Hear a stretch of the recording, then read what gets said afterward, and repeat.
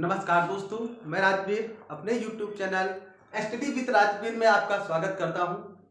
जैसा कि आप देख रहे हो कि मैं अपने चैनल के माध्यम से आपको लगातार वीडियो उपलब्ध करा रहा हूं। उसी श्रृंखला में दोस्तों आज हम फिर विटामिन का दूसरा वीडियो लेकर के आए हैं, दूसरा पार्ट लेके आए हैं। आओ हम इस पे बात करते हैं और ये आपको वादा दिलाते हैं कि आपको इससे ज्यादा कहीं पढ़ने की जरूरत नहीं पड़ेगी। यदि आप हमारे चैनल से विटामिन चैप्टर पढ़ते हो तो आपको ज्यादा कुछ ढूंढने की जरूरत नहीं है। अब इसी पर आपको लगभग सारी चीजें उपलब्ध हो जाएंगी। आज हम आपको विटामिन के दूसरे भाग में चर्चा करेंगे। जैसा कि हमने पहले वाले वीडियो में पढ़ा था कि विटामिन दो प्रकार की होती है, एक जल में घुलनशील विटामिन होती है और दूसरी वसा में घुलनशील विटामिन होती है। तो हमने शायद आपको पहले पार्ट में ये चर्चा कर चुके थे। जो विटामिन जल में घुलनशील विटामिन थी उन पर हम लोग बात कर चुके थे। आज जो हम लोग बात करने वाले हैं वो भाई वसा में घुलनशील विटामिन की बात करेंगे। किस पर करेंगे? वसा में घुलनशील विटामिन। अब ऐसी कौन कौन सी विटामिन है जो वसा में घुलती है दोस्तों, इस पर हम बात करने वाले हैं। तो भाई कौन कौन सी विटामिन है जो वसा में घुलने वाली है?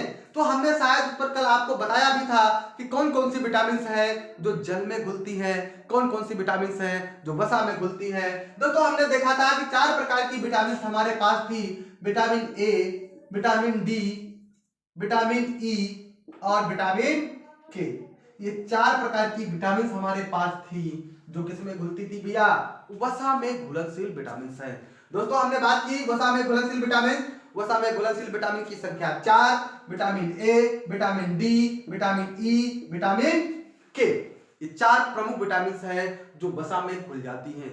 आज हम इसके बाद आगे बात करेंगे विटामिन ए के बारे में, फिर बात करेंगे विटामिन डी के बारे में, फिर बात करेंगे विटामिन ई के बारे में और फिर बात करेंगे विटामिन के बारे में। आइए दोस्तों आगे देखते हैं विटामिन ए। सबसे पहले हम चर्चा करेंगे आज विटामिन ए पर चर्चा करने वाले हैं। तो हम जब विटामिन ए की चर्चा करेंगे तो यहां पर हम बात करेंगे विटामिन ए के बारे में, विटामिन ए के बारे में। दोस्तों हमको मुख्य रूप से इसका रासायनिक नाम क्या होता है? तो विटामिन ए का रासायनिक नाम रेटिनॉल होता है। क्या होता है? रेटिनॉल होता है। रेटिनॉल होता है, सभी लोग जानते हैं। इसका रासायनिक नाम भैया पूछा जाता है रेटिनॉल। बस सबसे मुख्य बात रासायनिक नाम रेटिनॉल। अब भाई इसकी कमी से कौन सा रोग हो जाता है? हमने बात की थी कि हम भाई इसका रासायनिक नाम बताएंगे और इसकी कमी से होने वाले रोग बताएंगे। तो भैया इसकी कमी से कौन सा रोग हो जाता है? तो भैया इसकी कमी से रतौंधी रोग हो जाता है। कौन सा रोग हो जाता है? रतौंधी नामक रोग हो जाता है। रतौंधी नामक रोग हो जाता है। अब सबसे बड़ी बात भाई विटामिन ए की कमी से कौन सा रोग होगा? रतौंधी नामक रोग हो जाता है। अब रतौंधी रोग क्या होता है? ये आंखों से संबंधित है। किससे संबंधित है? आंखों से संबंधित है। इसलिए भैया कहां हो जाता है? आंखों में हो जाता है। अब फिर आपसे क्वेश्चन पूछ लिया जाता है भाई ये जो विटामिन ए है ये प्रचुर मात्रा में कहां पाई जाती है? तो भाई विटामिन ए प्रचुर मात्रा में कहां पर पाई जाती है? तो विटामिन ए जो होती है वो प्रचुर मात्रा में इसके जो स्रोत होते हैं वो आम है, आम में पाई जाती है, गाजर में पाई जाती है और पपीते में पाई जाती है। पपीते में पाई जाती है। तो ये तो हमारे प्रमुख स्रोत है। क्या है? प्रमुख स्रोत है आम, गाजर, पपीता। तो हम इनको याद रखेंगे भी। प्रमुख स्रोत कौन है? आम, गाजर, पपीता। इसमें विटामिन ए सर्वाधिक मात्रा में पाई जाती है। इसके अलावा फिर कौन सा क्वेश्चन पूछा जाता है? तो इसके बाद भैया एक क्वेश्चन और आपको बता देते हैं। जो हमारी काली मिर्च होती है, काली मिर्च, काली मिर्च में भी विटामिन ए पाया जाता है। लाल मिर्च, लाल मिर्च में भी विटामिन ए पाया जाता है। इन दोनों मिर्चों में कौन सा विटामिन होता है? विटामिन ए पाया जाता है। तो अब इसके बाद हम बात करें, जब इसके बाद हम विटामिन ए के बारे में बात करते हैं तो क्वेश्चन ये पूछा जाता है किस विटामिन को एंटी इन्फेक्शन विटामिन कहा जाता है, संक्रमण रोधी विटामिन कहा जाता है। अरे दोस्तों भाई संक्रमण रोधी विटामिन किसको कहते हैं? संक्रमण रोधी विटामिन किसको कहा जाता है? अरे भाई साथी, आपको ये पता करना है कि आप एंटी इंफेक्शन विटामिन किसे कहा जाता है, संक्रमण रोधी विटामिन किसे कहा जाता है। तो हम लोग जानते हैं कि संक्रमण रोधी विटामिन कौन सी होती है, विटामिन ए होती है। कौन सी होती भैया, विटामिन ए को हम संक्रमण रोधी विटामिन कहा जाता है। क्या कहा जाता है भैया, संक्रमण रोधी विटामिन कहा जाता है। जब इस विटामिन की कमी हो जाती है तो इससे हमारे क्या प्रभावित हो जाते हैं भैया, हमारे फेफड़े में प्रभाव हो जाता है। क्या होते हैं, फेफड़े प्रभावित हो जाते हैं या फेफड़े हमारे संक्रमित हो जाते हैं, जिसके कारण इन्फेक्शन फैल जाता है, फेफड़ों में इन्फेक्शन आ जाता है और एलर्जी संबंधी बीमारियां हो जाती हैं। क्वेश्चन आता है किस विटामिन की कमी से हमें एलर्जिक रोग हो जाते हैं। तो हमारी जो विटामिन ए है, विटामिन ए की कमी से एलर्जी संबंधी रोग हो जाते हैं। कौन से रोग हो जाते हैं, एलर्जी क्रियाएं भी हो जाती हैं। कहने मतलब हमारे जो फेफड़े का एलर्जी है, जो फेफड़े का संक्रमण है, वो एलर्जी संबंधित क्रियाएं कहलाती हैं। जैसे दमा है, दमा हो जाता है, अस्थमा हो जाता है, ये हमारी सब कौन सी क्रियाएं हैं, एलर्जी क्रियाएं होती हैं। ये सब किस विटामिन की कमी के कारण होती है, विटामिन ए की कमी के कारण हो जाती है। क्या होती हैं, विटामिन ए की कमी के कारण होती हैं। तो दोस्तों विटामिन ए के बारे में हमने बात की, रासायनिक नाम रेटिनॉल होता है। इसकी कमी से रोग कौन सा होता है, रतौंधी रोग होता है, आंखों में पाया जाता है। विटामिन ए सर्वाधिक मात्रा में कहाँ पाई जाती है, तो आम है, गाजर है, पपीता है, काली मिर्च है, लाल मिर्च है तथा अन्य सभी पदार्थों में भी विटामिन ए भरपूर मात्रा में पाई जाती है। किस विटामिन को भाई संक्रमण रोधी विटामिन कहा जाता है, तो विटामिन ए को ही क्या कहा जाता है दोस्तों, संक्रमण रोधी विटामिन कहा जाता है, एंटी इन्फेक्शन विटामिन कहा जाता है। और ये क्या करते हैं, हमारे फेफड़ों में यदि इसकी कमी हो जाती है विटामिन, तो इससे भैया हमारे फेफड़े कमजोर हो जाते हैं। क्या होते हैं, फेफड़े कमजोर हो जाते हैं। ये विटामिन हमारी एलर्जी क्रियाओं के लिए जिम्मेदार होती है। कौन सी विटामिन एलर्जी क्रियाओं के लिए जिम्मेदार होती है, तो विटामिन ए जिम्मेदार होती है। इसी से दमा हो जाता है और अस्थमा आदि रोग हो जाते हैं। किस विटामिन की कमी के कारण, विटामिन ए की कमी के कारण। दोस्तों इतनी बात हमने देखा कि हमें विटामिन ए के बारे में हमने बात की। अब हम कुछ जल्दी से बात कर लेते हैं इसके बाद की हम अगली विटामिन के बारे में बात करें। किसके बारे में भैया बात करें, जो हमारी दूसरी विटामिन है। तो दूसरी हमारी जल में घुलने वाली विटामिन कौन सी है, तो दूसरी हमारी जल में घुलने वाली विटामिन डी है।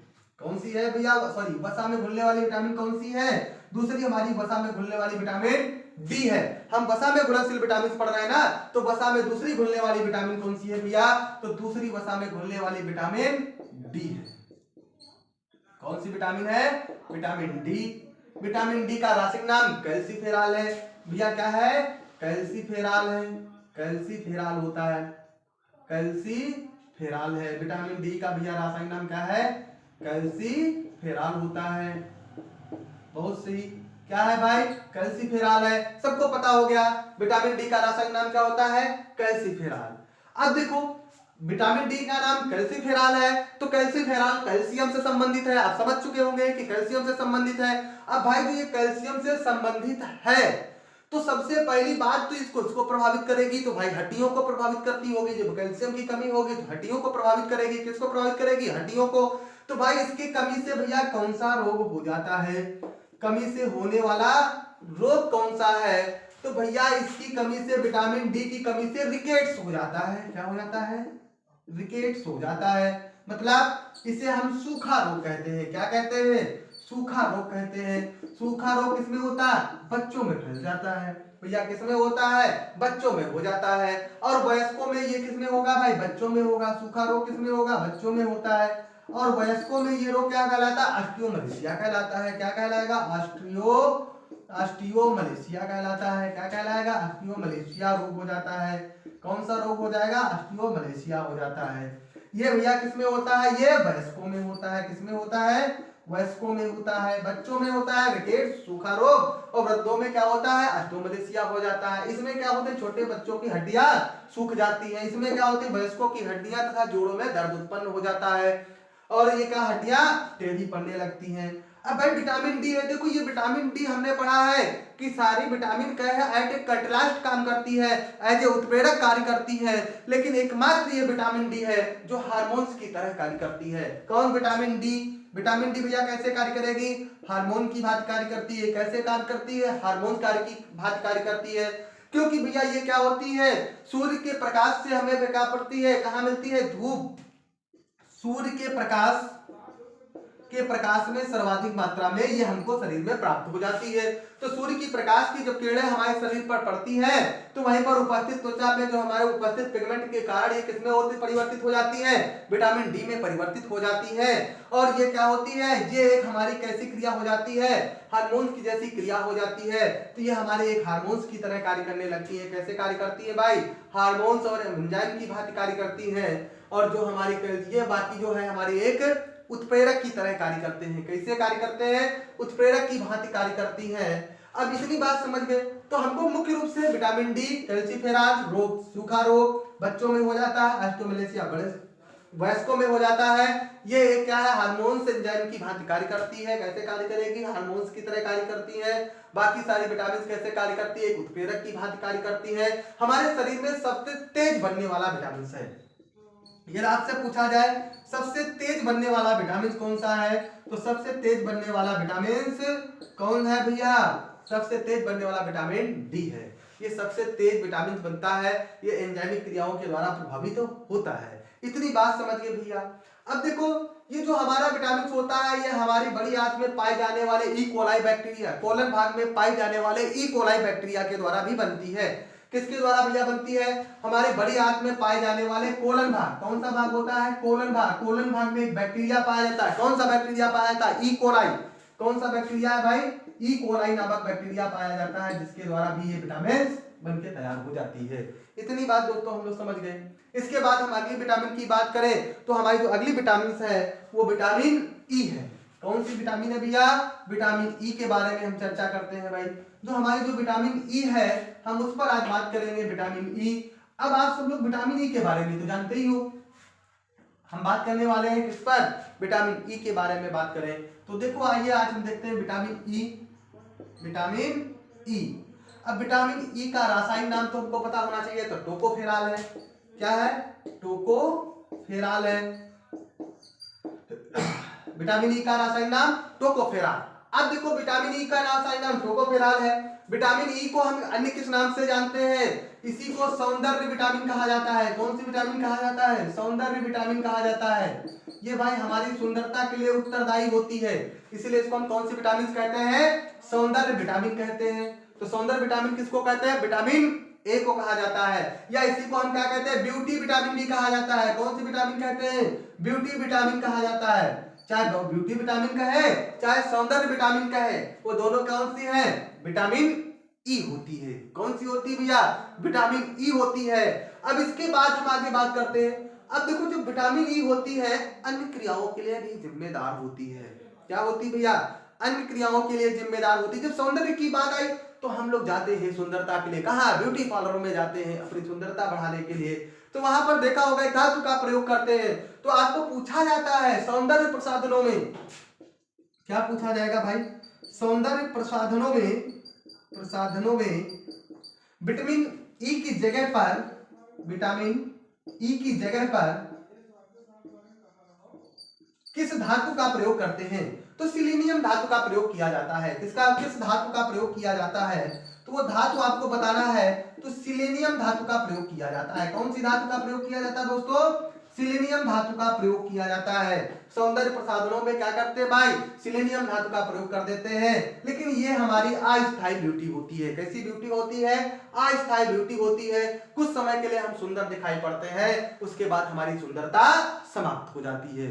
इसके बाद हम आगे बात करते हैं विटामिन ई की कमी से अन्य क्या क्या रोग हो जाते हैं भैया, इस पर भी हम बात चर्चा करेंगे। तो विटामिन की कमी से होने वाले रोग, तो इतनी बात समझ गए। तो विटामिन ई की कमी से कौन कौन से रोग हो जाते हैं, इस पर भी चर्चा करनी है। तो विटामिन ई की कमी से होने वाले रोग, ई की कमी से होने वाले रोग, कौन कौन से ऐसे रोग हैं जो विटामिन ई की कमी से हो जाते हैं। तो आपने पढ़ा होगा पुरुषों में नपुंसकता, यदि विटामिन ई की कमी हो जाती है तो पुरुषों में क्या हो जाता है, नपुंसकता आ जाती है। नपुंसकता क्या होता है भाई, पुरुषों में नपुंसकता होता है, मतलब संतान उत्पन्न करने की क्षमता समाप्त हो जाती है। संतान उत्पन्न करने की क्षमता समाप्त होने लगती है। क्या होती है भैया, क्षमता समाप्त होने लगती है। और महिलाओं में बांझपन आ जाता है। क्या होता है भैया? महिलाओं में बांझपन आ जाता है, महिलाओं में बांझपन आ जाता है, बांझपन। ये सब किस कारण होता है भैया? विटामिन ई की कमी से होता है। संतान उत्पन्न करने की क्षमता नपुंसकता कहलाती है और महिलाओं में क्या आ जाता है भैया? बांझपन आ जाता है। तो ये सब किसके कारण होता है? विटामिन ई की कमी के कारण होता है दोस्तों। किसके कारण? विटामिन ई की कमी के कारण होता है। विटामिन ई को सर्वश्रेष्ठ एंटीऑक्सीडेंट विटामिन कहा जाता है। सर्वश्रेष्ठ एंटीऑक्सीडेंट मतलब प्रतिऑक्सीकारक विटामिन किसे कहा जाता है? प्रतिऑक्सीकारक, प्रतिऑक्सीकारक विटामिन किसे कहा जाता है? ऑक्सीकारक विटामिन किसे कहा जाता है? तो विटामिन ई को कहा जाता है दोस्तों। किसको कहा जाता है? प्रतिऑक्सीकारक विटामिन, विटामिन ई को कहा जाता है सर्वश्रेष्ठ एंटीऑक्सीडेंट विटामिन कौन सी है? तो विटामिन ए को, ई को माना जाता है। किसको माना जाता है? विटामिन ई को माना जाता है। अरे भाई विटामिन ई अब मिलती कहाँ है? तो विटामिन ई जो हमारी होती है वो अंकुरित अनाज, इसका जो मुख्य स्रोत क्या होता है? अंकुरित अनाज। देखो भाई कहाँ कहाँ से हमें विटामिन ई मिलेगी, हमको क्या क्या खाना चाहिए। तो भैया इसको खाने के लिए हम क्या है, स्रोत हमारे क्या होंगे? स्रोत की बात करें हम तो स्रोत में हम चर्चा करेंगे। देखो क्या है? अंकुरित अनाज। किसकी बात करते हैं? अंकुरित अनाज। अंकुरित अनाज कहने मतलब अंकुरण अनाज में भी मिलती है। सूखे मेवे, सूखे मेवे में पाई जाती है। किसमें पाई जाती है भैया? सूखे मेवे में पाई जाती है। इसके अलावा दूध दही, दूध दही, पनीर, मांस, मछली, अंडा, अंडा आदि में पाई जाती है। किसमें? आदि में कौन सी विटामिन होती है? आदि में भैया कौन सी विटामिन होती है? विटामिन ई पाई जाती है। लेकिन मुख्य स्रोत है अंकुरित अनाज में पाई जाती है, सूखे मेवे में पाई जाती है। कौन सी विटामिन होती है? विटामिन ई पाई जाती है दोस्तों। इसके बारे में हमने देखा। इसके बाद आइए दोस्तों अगली विटामिन के बारे में जो हम बात करेंगे वो कौन सी विटामिन है? वो भी बसा में ही घुलने वाली विटामिन हमारी है, जिसे हम विटामिन के कहते हैं। क्या कहते हैं? विटामिन के नाम से जानते हैं। अब देखो विटामिन के, इसकी बात करें, विटामिन के की हम बात करते हैं तो जो हमारी विटामिन के है, विटामिन के का रासायनिक नाम क्या है? फिल्लोक्विनिन या नेप्थोक्विनिन है। क्या है भाई? फिल्लोक्विनिन, क्विनिन या नेप्थोक्विनिन है। क्या है? नेप्थोक्विनिन है, क्विनिन। तो भाई इसका रासायनिक नाम फिल्लोक्विनिन या नेप्थोक्विनिन है। इतनी बात समझ गए होंगे दोस्तों। फिल्लोक्विनिन या नेप्थोक्विनिन किसका है? विटामिन के का रासायनिक नाम है। अब देखो भाई विटामिन के हमारे लिए महत्वपूर्ण होती है। विटामिन से क्या है? हमारे शरीर के लिए एक महत्वपूर्ण विटामिन है। यदि हमारे शरीर में विटामिन के की कमी हो जाती है तो भाई क्या हो जाता है? क्या नहीं बनता? तो रक्त का थक्का नहीं बनता। क्या होता है भाई? विटामिन के की कमी के कारण, के की कमी के कारण रक्त का थक्का नहीं बनता है। क्या बनता है भैया? रक्त का थक्का नहीं बनता है, मतलब रक्त जमता नहीं है। यदि हमारी बॉडी में विटामिन के की कमी होगी तो रक्त नहीं जमेगा। इसलिए इसको हम क्या कहते हैं? हीमोफीलिया रोधी विटामिन कहा जाता है। क्या कहा जाता है इसको? हीमोफीलिया रोधी विटामिन कहा जाता है। इसलिए हीमोफिलिक विटामिन भी कहते हैं, हीमोफिलिक विटामिन भी कहा जाता है।